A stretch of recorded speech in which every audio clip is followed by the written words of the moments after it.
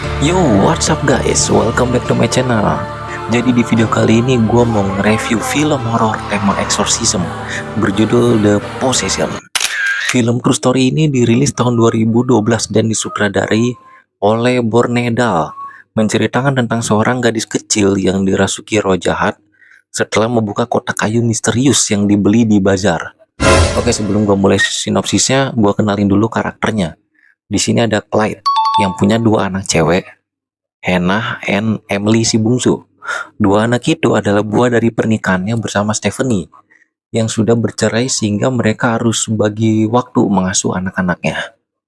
Nah, tibalah waktunya bagi Clyde buat mengasuh anak-anaknya di akhir pekan.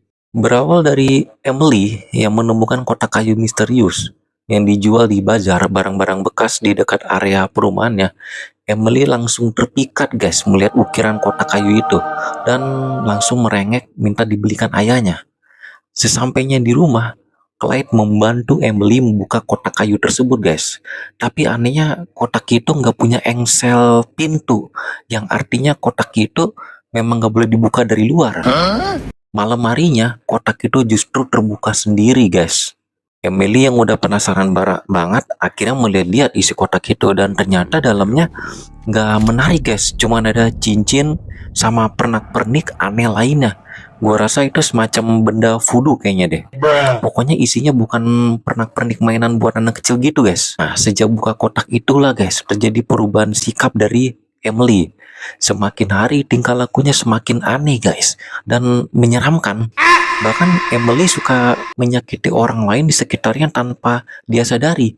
Sampai suatu hari dia menunjukkan perilaku kekerasan terhadap teman sekolahnya guys yang mau ngambil kotak kayu itu. Guru-gurunya pun bingung karena Emily menjadi pemurung dan nilai Emily juga semakin merosot. Awalnya Clyde dan Stephanie mengira itu cuma buntut dari perceraian mereka, tapi Clyde mulai merasakan adanya roh jahat guys yang datang dari kotak kayu itu. Terlebih setelah melihat Emily yang sangat peduli sama kotak kayunya. Pernah dibuang juga sama Clyde kotaknya namun dicari dan dipungut lagi sama Emily guys. Seolah-olah kotak kayu itu udah jadi pacarnya aja guys. Nggak boleh dipisahkan. Segala macam pengobatan juga udah dilakukan Stephanie namun hasil medis selalu normal-normal aja guys. Emily juga pernah dibawa Stephanie untuk CT scan. Kalau CT scan itu kan pasien dimasukin ke dalam mesin berbentuk tabung gitu ya. Terus nanti di scan semua organ dalam badannya. Nah, pada saat dilihat di komputer, Stephanie, Hannah, dan tim medis melihat sesuatu yang janggal guys. Mereka melihat ada penampakan wajah yang bergerak di antara paru-paru Emily. Stephanie yang tadinya sempat nggak percaya bahwa anaknya dirasuki roh jahat, akhirnya percaya juga dan minta bantuan Clyde untuk menolong anaknya. Clyde akhirnya mendapatkan informasi dari temannya bahwa kotak itu adalah kotak dibuk. Di dalamnya berisi roh jahat memakan jiwa manusia. Setelah merasa yakin adanya roh jahat yang bersemayam di tubuh Emily, Clyde akhirnya memberanikan diri datang ke rumah Stephanie untuk melihat keadaan Emily langsung. Kali ini dia datang membawa Alkitab guys. Bener aja tebakannya Clyde. Setelah membaca Alkitab di depan Emily, Alkitab itu terlempar tanpa disentuh guys. Demi menyelamatkan jiwa anak yang terancam oleh keberadaan roh jahat, Clyde langsung pergi membawa kotak itu untuk mencari bantuan. Dia bertemu dengan Zadok yang akan membantu Clyde untuk mengeluarkan roh jahat dari dalam tubuh Emily. Tanpa berlama-lama lagi, Clyde bersama Zadok langsung tancap gas menemui Emily sebelum semuanya terlambat. Soalnya roh jahat yang ada di dalam tubuh Emily semakin kuat guys. Mereka membawa Emily ke suatu ruangan rumah sakit yang kosong. Nah, ini part paling serunya guys. Emily langsung dibaringkan, Zadok langsung memulai upacara pengusiran setan dan ritual pengusiran setannya juga berbeda guys. Nggak seperti ritual pada umumnya. Ini lebih ke ritual eksorsisme Yahudi. Di awal ritual, Emily mulai berontak guys, merasa nggak nyaman dengan ritual tersebut.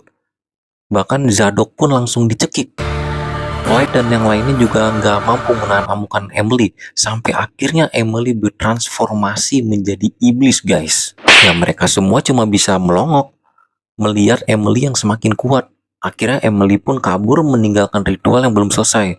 Nah, pertanyaannya di sini, apakah jiwa Emily berhasil diselamatkan dari pengaruh roh jahat? Langsung aja guys, kalian tonton filmnya biar nggak penasaran. Jadi kalau gue bilang film ini sebenarnya nggak serem-serem banget, tapi seru untuk case keserupannya. Apalagi ini kisah nyata, jadinya terasa lebih real gitu. Unsur drama keluarga juga menonjol ya di sini. Mulai dari perceraian antara Clyde dan Stephanie sehingga anak-anaknya jadi nggak bahagia, sampai perjuangan seorang Clyde yang kelihatannya di film ini rela mempertaruhkan nyawanya sendiri demi menyelamatkan anaknya. Sedangkan ayah tirinya Emily di sini udah ngilang gitu aja. Buat gua film ini recommended banget buat kalian yang cari film-film bertema exorcism. Oh ya, gue harus appreciate juga buat Natasha Kellis yang berperan sebagai Emily. Walaupun masih bocah, tapi acting kesurupannya keren banget.